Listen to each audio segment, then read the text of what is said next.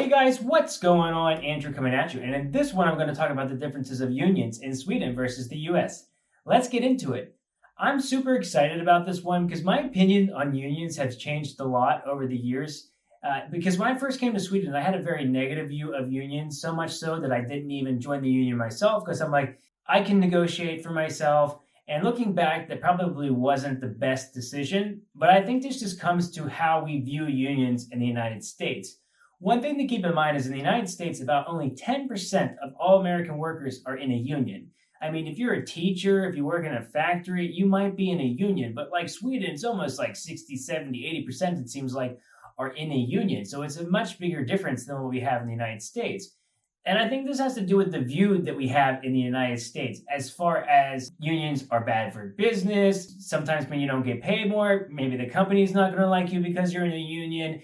And because of this, a lot of Americans maybe wouldn't join a union or feel that they're bad. And I think this has a lot to do with when you look at American history, like in the 1920s, we had a lot of like riots, like worker riots and fighting for their rights. And it just seemed like after this happened, after there was some violence in these riots, that they kind of started putting things in place to make it harder and harder for people to unionize until over time, there's almost no unions left in the United States. All right, let's go to work.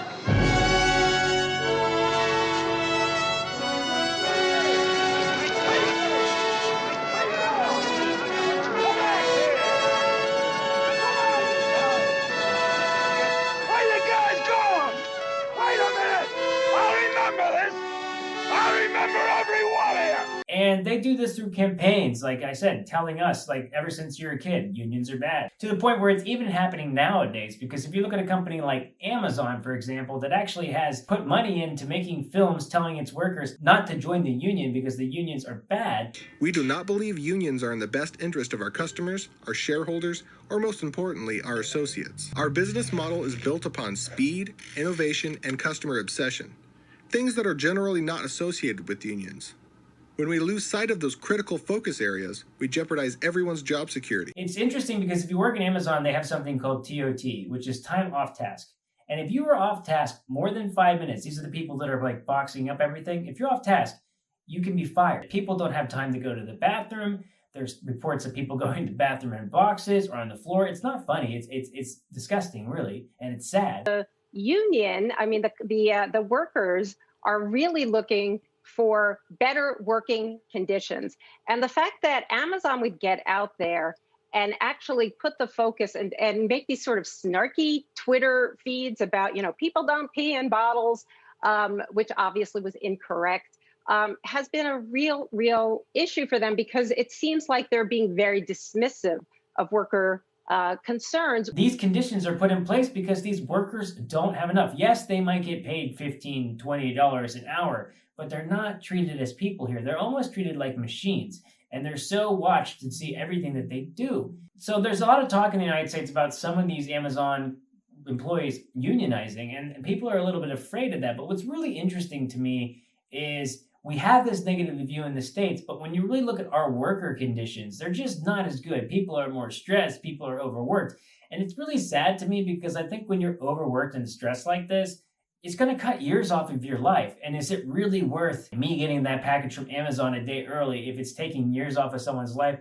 I'm not so sure. You will learn about the warning signs most commonly associated with early union organizing, as well as other warning signs that could indicate associate disengagement, vulnerability to organizing, or early organizing activity. Now on to Sweden. First, our video is sponsored by Skillshare. Skillshare is an online learning community with thousands of inspiring classes for creators, exploring new skills, deepening existing passions, and get lost in creativity. You can take classes like photography, music, film and video, illustration. My Sambo has been using Skillshare for over 2 years and is happy and loves it. I, for one, am excited to watch YouTube Success Script Shoot and Edit with MKBHD, Marcus Brownie, one of my favorite YouTubers. And it's so much fun and interesting to just see his process and how he thinks and learn from one of the best. It's curated specifically for learning, meaning there are no ads, there's always launching new premium classes so you can stay focused and follow whatever your creativity takes you. It's the perfect thing to do right now with the current world situation. Why not learn something? They're running a special offer through my channel. The first 1,000 of my subscribers to click the link in the description will get a 1-month free trial of Skillshare so you can start exploring your creativity today. Thanks again to Skillshare for sponsoring my video.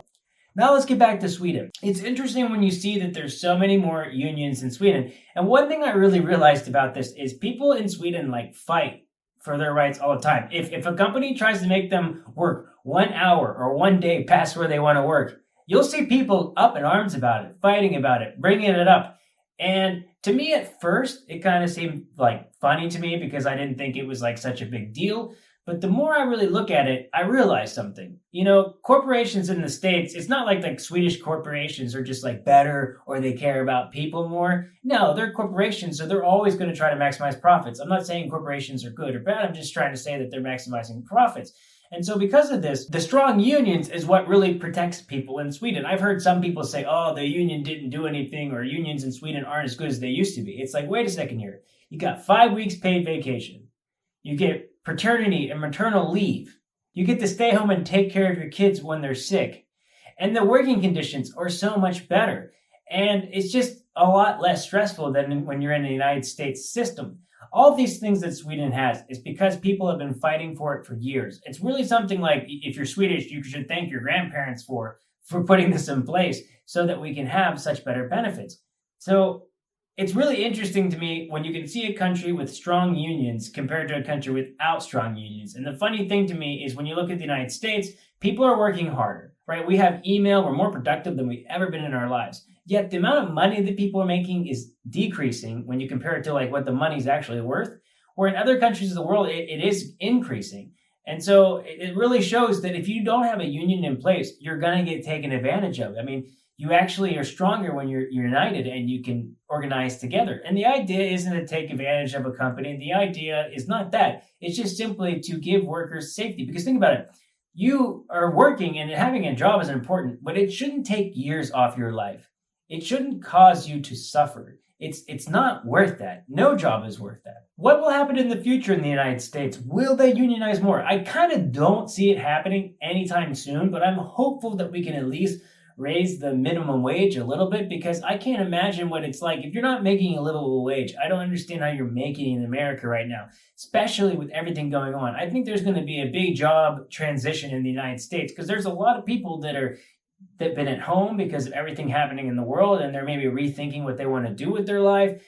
There's a lot of restaurants and things, for example, where they're having a hard time hiring people because people lost their jobs due to this, and they're not sure they want to go back to an industry where this can happen again. So it's going to be a really interesting next couple of years, but I just want to say, like, to the Swedes, thanks for having such strong unions, and it really changed my perspective. So it's kind of fun to see it grow, where I really went, the unions is where it's at. And then you realize that's why they told me this. That's why they told me that. They don't want me to think that unions are good.